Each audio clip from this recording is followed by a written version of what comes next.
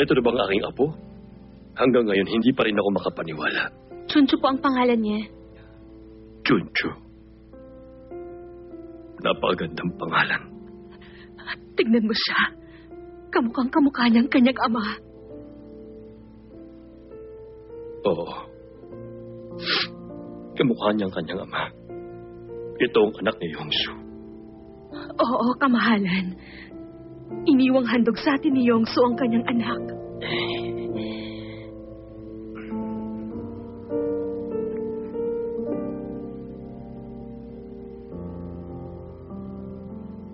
Isang anak na lalaki. Dumating siya rito kumakailan. Nanirahan siya sa templo sa Sodasan. Kung ganon, hindi pala niya binalak na magmongha noon. Ang anak niya ang dahilan. Nagkunwari siyang lilisanin ng palasyo para sa anak niyang yun. Samantalang pinahanap niya si Muno. At ngayon narito na sa Sorabol si Kim So-yun para mabuong alyansa nila.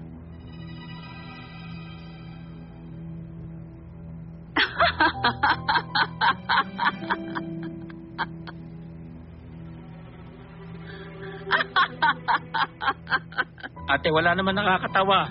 Masama na yan. Michelle, bakit ka tumatawa? Katulad ako ni Chonyong nung bata pa ako, hindi ba? Ha? Ang prinsesa, nakakahawig niyo po, no? Nung narito pa si Reyna Jisoo, ipinatapon niya ako sa malayong lugar. Pero bakit yun? Ba't mo nabanggit sina sa usapang to? Nung naroon ako sa malayo, sumumpa ako na sa aking pagbabalik, ibang Michelle na ang haharap sa kanilang lahat. Ganun nga ang nangyari noon. At ngayon,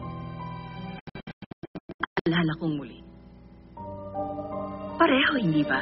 Ganun din ang nangyari sa prinsesa. Nung namatay si Yongsu at umalis siya ng magdadalang tao na, sinumpa niya rin sa sarili na ibang Chongmyong na ang haharap sa kanila sa pagbabalik niya.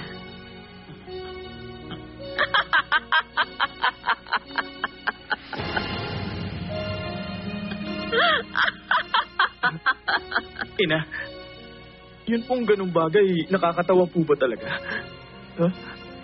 Nitong nakaraang taon, nagbabanat ng buto si Chonmyo. Nagpapawis ng dugo't sinusunog ang kanyang laman. Habang hinihintay ang ganitong araw. Magandang hamon to para sa akin. Ngayon matitira ang matibay.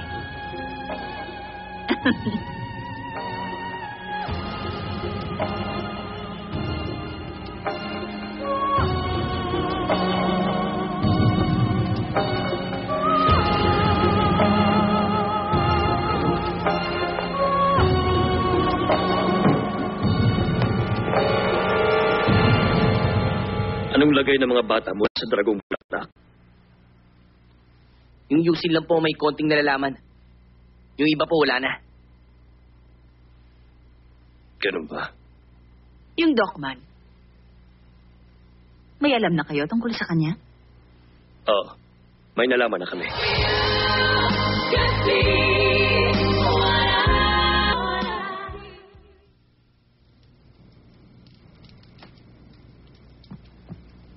Ba't nawawala si Dokman?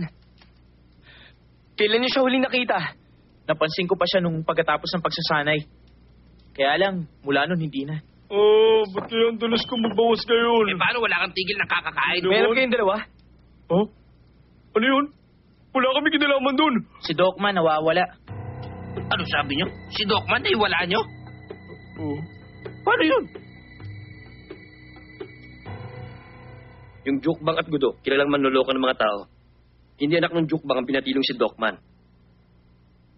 Pero kasama siya ng prinsesa sa Yuresa? Opo. Sabi ng mga nahuli naming rebelde, may kasama raw nung binatilyo ang prinsesa.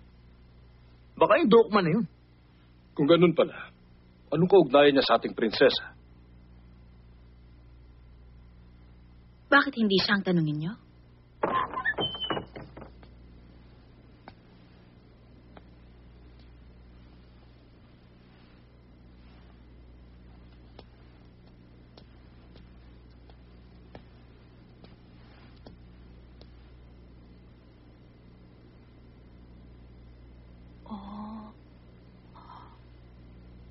So kaya dito yung lugar ni Michelle? Ang laki kasi ng palasyo. May tao ba dyan?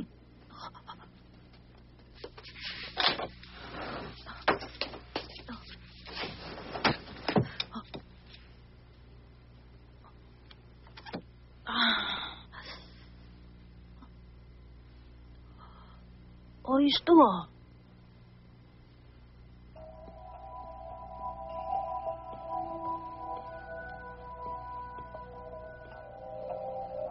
Ang ganda.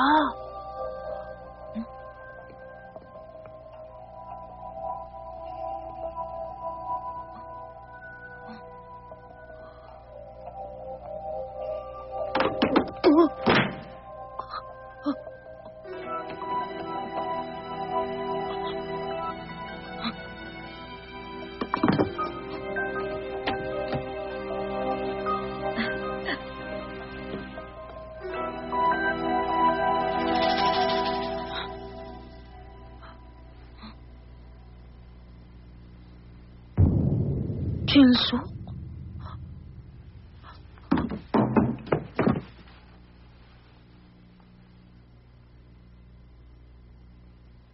Labing-limang taon. 15 taon ko kayo natagpuan. Hindi na kayo makakatakas. At ngayon, makakabalik na ako sa sila. Babalik na tayo sa sila. Sa tagal ng paghanap ko sa kanila, nawalan ako ng pag-asang makakabalik pa sa sila. Kaya namasukan ako kung saan-saan para mabuhay. Dapat noon pa, bumalik na ako sa aming bayan at hinarap ang kamatayan ko sa kamay ni Lady Michelle. Lady Michelle? Yun si Michelle?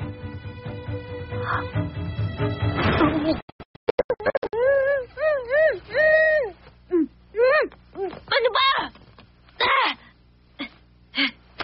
Aray! Pakawalan niyo nga ako. Naligaw lang naman ako eh. Narito na po siya.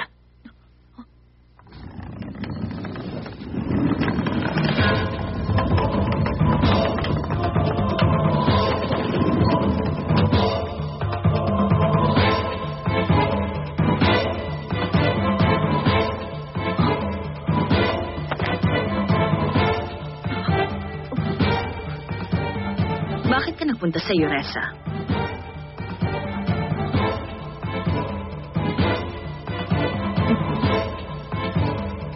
Ano? Si Muno, nasaan na siya?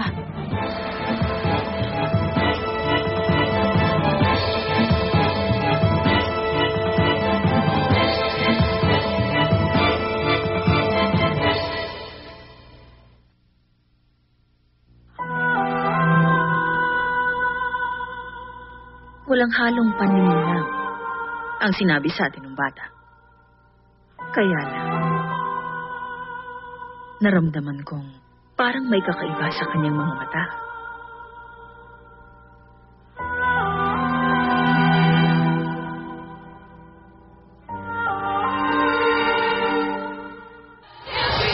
Ina, ito na po ba?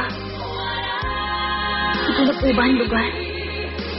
Dito ko na po ba malalaman kung bakit kinailangan mong mamatay at ang katotohanan ng tunay kong pagkatao?